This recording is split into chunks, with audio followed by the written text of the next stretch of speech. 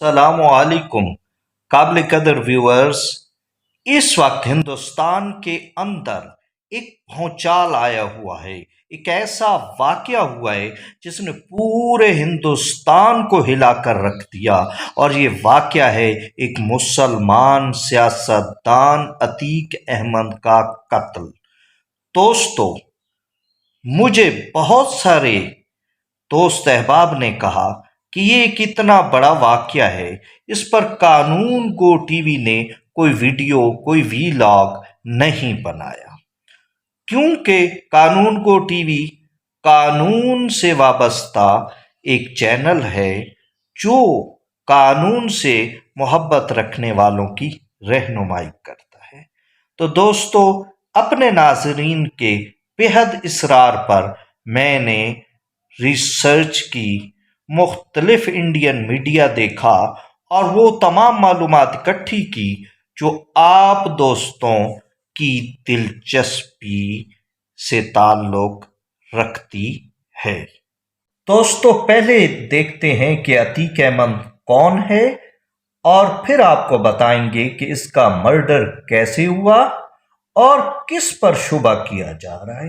لیکن اس سے پہلے، اگر آپ ہمارے چینل پر نیو کمر ہیں تو ہمارے چینل کو سبسکرائب کرنا نہ بھولیے، اور بیل آئیکن کا بٹن بھی ضرور دبائیے تاکہ آپ کو ایسی دلچسپ اور معلوماتی ویڈیو پہنچ سکے۔ تو دوستو، جاتے ہیں اس تفصیل کی طرف۔ تو دوستو، عتیق احمد الہ آباد کے ایک گاؤں یا شہر کہہ لیں، پریاگ راج کے محلہ چاکیا کا ایک نوجوان تھا۔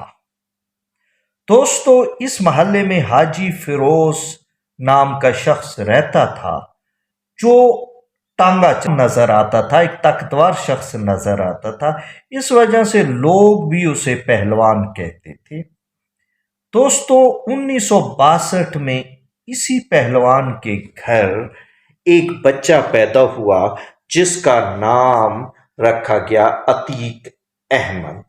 یہ بچہ بڑھتا گیا اور 17 سال عمر تک جا پہنچا، جہاں پر اس نے میٹرک کا امتحان دیا تو اس میٹرک کے امتحان میں یہ فیل ہو گیا، تو تعلیم کی طرف سے اس کی توجہ ہٹ گئی۔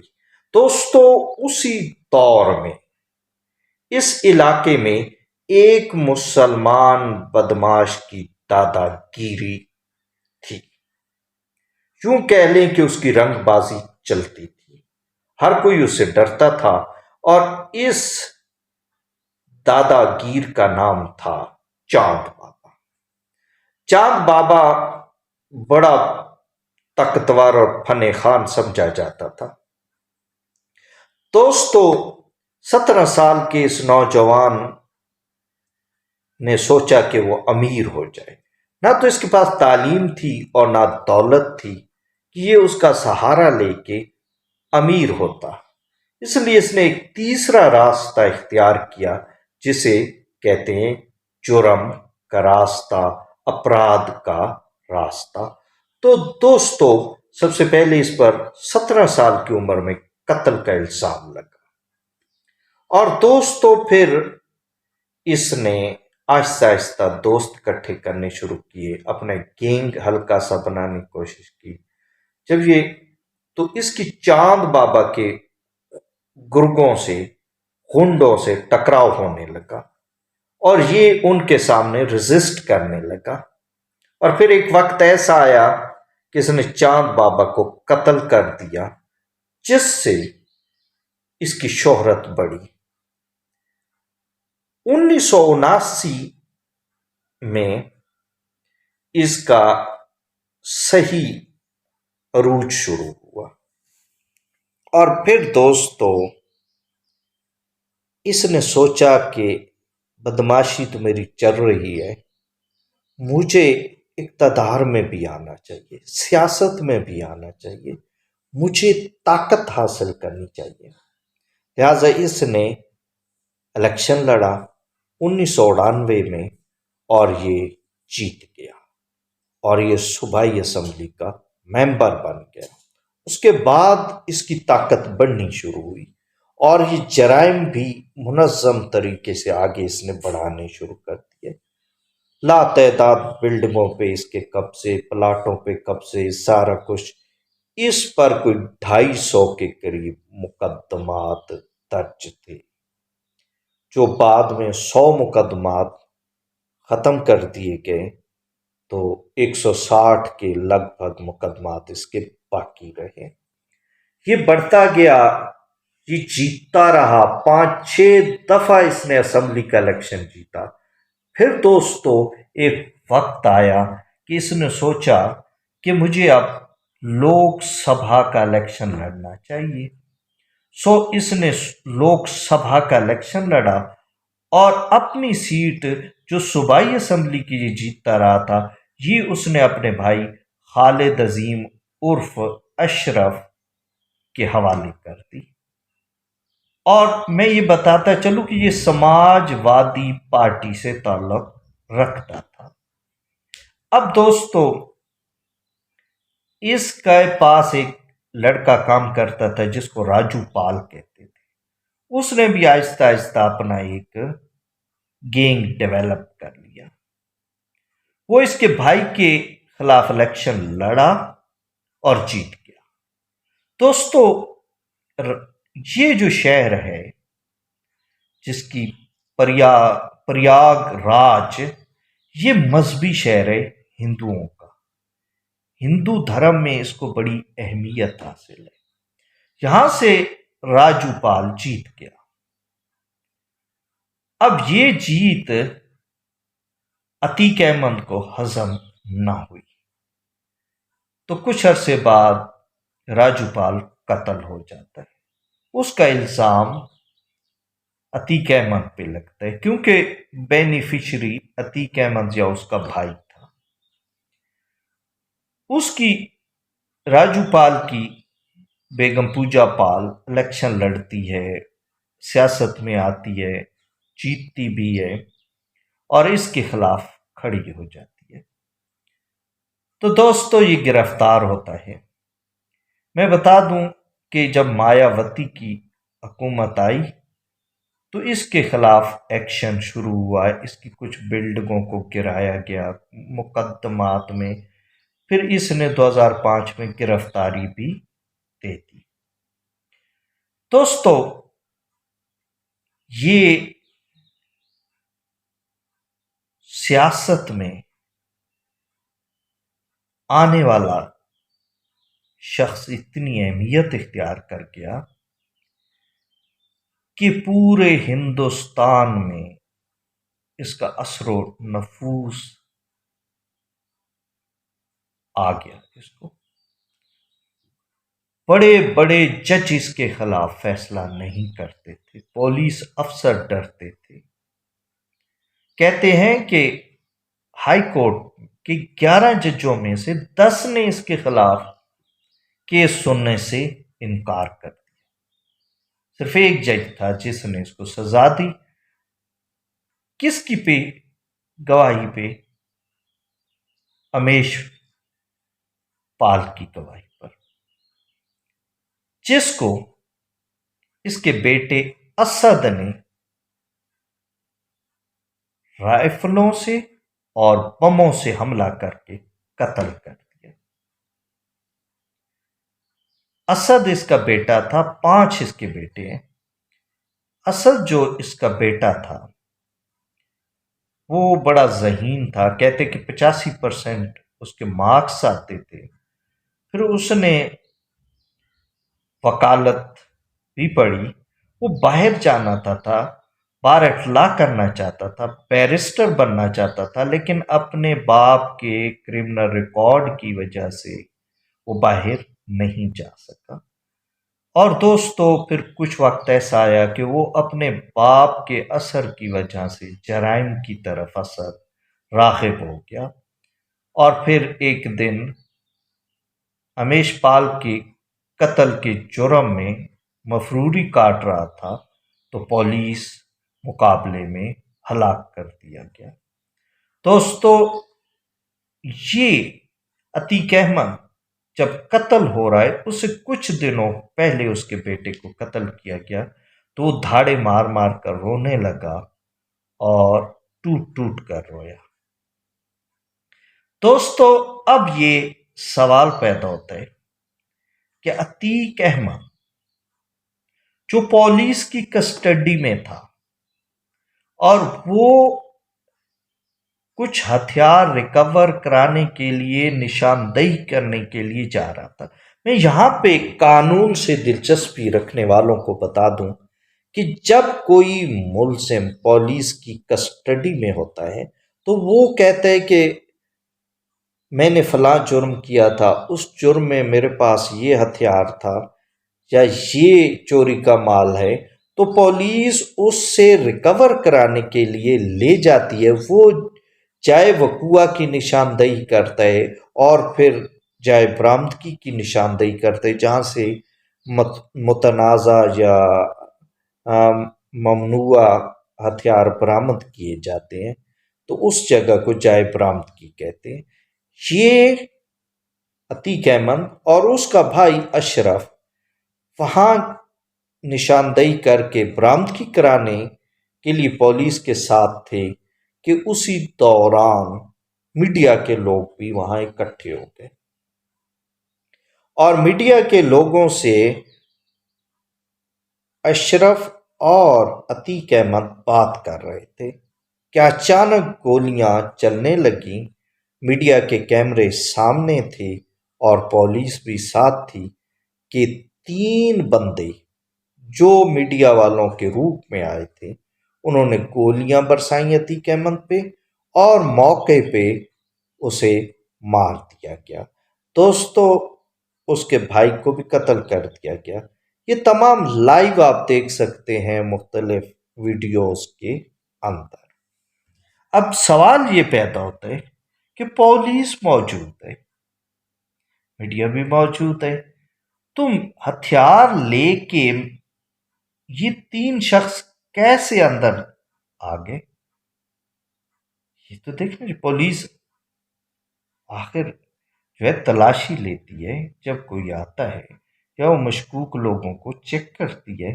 نہ کسی نے چیک کیا نہ تلاشی لی اور وہ بالکل سامنے ہتھیار اور گولیاں چلا رہے ہیں اور سر عام چلا رہے ہیں اور جے رام کے نعرے بھی لگا رہے ہیں۔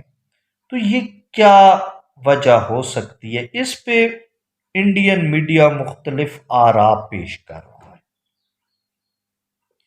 کچھ کا کہنا ہے کہ عتیق احمد میڈیا سے جو بات کر رہے تھے کوئی بہت بڑا انکشاف کرنے والے تھے، کسی بڑے چہروں کو بے نقاب کرنے والے تھے، اس لیے اس کو مار دیا گیا تاکہ وہ بات سامنے نہ آ سکے۔ دوستو انکشاف کے بارے میں بتا دوں کہ انکشاف ہمارے پاکستان کے قانون میں قابل ادخال شہادت اسی صورت ہے کہ جب انکشاف کوئی کرتا ہے اور اس کی روشنی میں برآمدگی ہو جائے، ورنہ پولیس کے سامنے دیے گئے بیان کی کوئی اہمیت نہیں۔ کہتے کہ آرٹیکل 38 قانون شہادت یہ کہتا ہے کہ پولیس کے سامنے دیے گئے بیان کی کوئی شہادتی وقت نہیں ہے۔ اگر آرٹیکل 39 اور 40 کے مطابق وہ ایسا انکشاف کرتے جس کی روشنی میں برآمدگی ہو جاتی، فرض کرے وہ کہتے میں نے اسلم کو قتل کیا، تو وہ اسلم کی پھر لاش بھی برآمد کرا دیتا ہے، یا جس آلے سے یا جس ویپن سے قتل کرتے ہیں اس کو آلہ قتل کہتے ہیں، وہ برآمد کرا دیتا ہے، تو ایسا انکشاف قابل ادخال شہادت ہوگا، یعنی اس پہ اس کو سزا ہو سکتی ہے۔ قانون ایسے انکشاف کو مانتا ہے۔ تو یہ لوگ بھی انکشاف کر رہے تھے اور اس کی روشنی میں برآمدگی بھی کروا رہے تھے۔ اچھا دوستو، یہ تو میں نے بتا دیا کہ کیا شک پیدا کیا، لیکن کچھ لوگ یہ بھی کہتے ہیں کہ یہ کیونکہ مسلمانوں میں بہت پاپولر ہو رہا اور اس نے جیل سے ایک خط لکھا، جو خط ہم آپ کو سناتے۔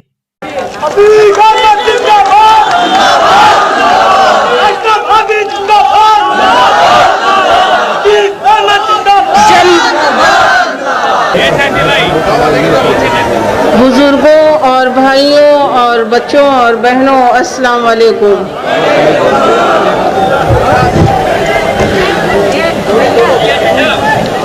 ہم کسی سیاسی میں تو نہیں ہیں، نہ ہمیں سیاست آتی ہے، لیکن سانسد جی کے کہنے پر اور ان کے خط اور بہت اقرار کرنے پر ہم نے یہ قدم اٹھایا، ان کے کہنے پر ان کا خط پڑھنے کے لیے ہم حاضر ہوئے ہیں۔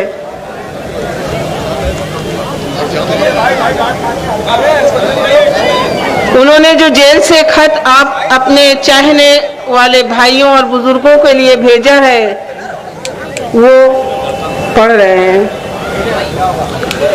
بزرگوں، میرے ساتھیوں اور نوجوانوں، السلام علیکم۔ سب سے پہلے میں ہندو مسلم بھائیوں کا شکریہ ادا کرنا چاہتا ہوں۔ بزرگوں، یہ خط میری بیوی جو پڑھ رہی ہے وہاں میرا گھر ہے، آپ سے پرانا ناتا ہے، اس لیے میں کچھ گھریلو بات بھی کرنا چاہتا ہوں۔ میں اور میرا بھائی جیل میں ہے۔ بڑے بیٹے عمر کو فرضی پھنسا کر انعام رکھا گیا ہے۔ بڑی مجبوری میں مجھے میری بیوی سے کہنا پڑا کہ میرا یہ خط آپ ہی پڑھو۔ شاید میرے والد زندہ ہوتے تو اپنی بہو کو اجازت نہ دیتے۔ آپ نے کم سے کم 35 سال سے ہمیں اپنی بے پناہ محبت اور اپنی دعا دیا اور مجھ کو لگاتار انڈیپینڈنٹ MLA بناتے رہے، ہماری غلطیوں کو درگزر کرتے رہے۔ حالانکہ مجھے معلوم ہے میرا نام لے کر میرے نام پر بہت لوگوں کو تکلیفیں دی گئی، خاص کر میرے اپنے لوگوں نے ایسا کیا۔ میرے رشتہ داروں نے اور خاندان کے لوگوں نے آپ کے ساتھ غلط بھی کیا اور میرے ساتھ بھی غداری کی۔ یقین مانیے مجھے خبر نہیں ہوتی تھی، پھر بھی میں اپنی غلطی کی معذرت اللہ سے بھی مانگتا ہوں اور آپ سے بھی مانگتا ہوں۔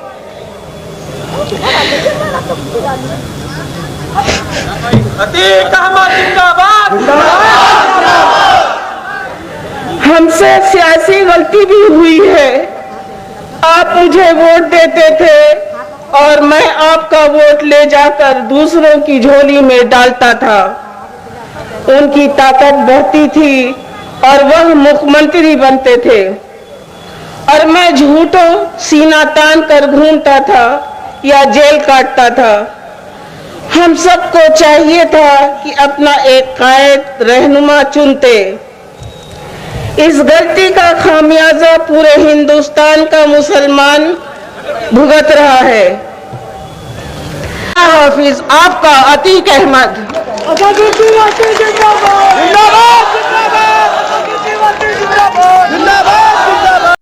دوستو، آپ نے خط سنا جو اس کی بیوی ایک جلسے میں سنا رہی تھی، اس کے دونوں بیٹے بھی وہاں موجود ہیں۔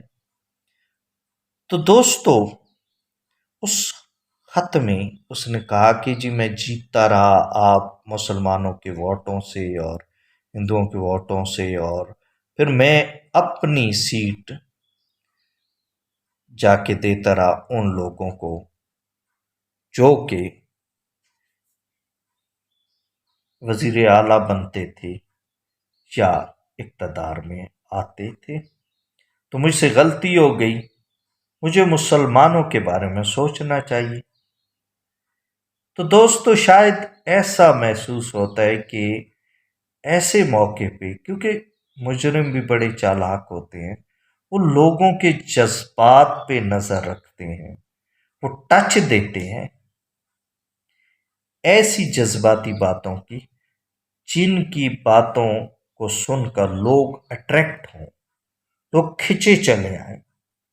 تو ایسا ہی اس نے مسلم ٹچ دیا کہ دیکھو مسلمانوں، میں تمہارے لیے کچھ کرنا چاہتا ہوں، میرے سے غلطی ہوگی، میں نہیں کر سکا۔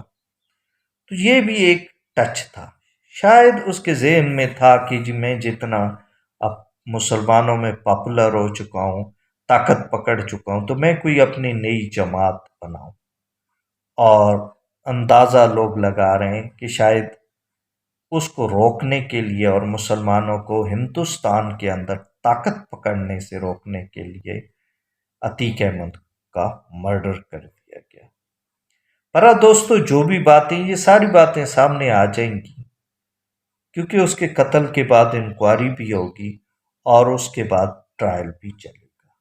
تو یہ تھی تمام باتیں جو میں نے آپ کے گوش گزار کر دیں آپ کی معلومات کے لیے۔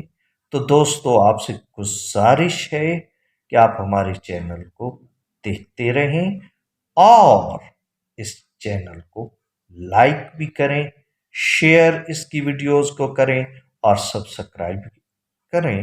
میں سیف سروہی آپ سب کے لیے، آپ کے بیوی بچوں کے لیے دعا گو ہوں کہ اللہ تعالیٰ آپ کو خوشحال رکھے اور اللہ تعالیٰ آپ کو مشکلوں اور مصیبتوں سے بچائے۔ تو میرے پیارے دوستو، پاکستان میں یا پاکستان سے باہر رہنے والے دوستو، اس کے ساتھ ہی آپ سے اجازت چاہوں گا کہ آپ قانون سے محبت کریں گے، قانون کی پاسداری کریں گے اور ایک قانون پسند شہری بنیں گے۔ خدا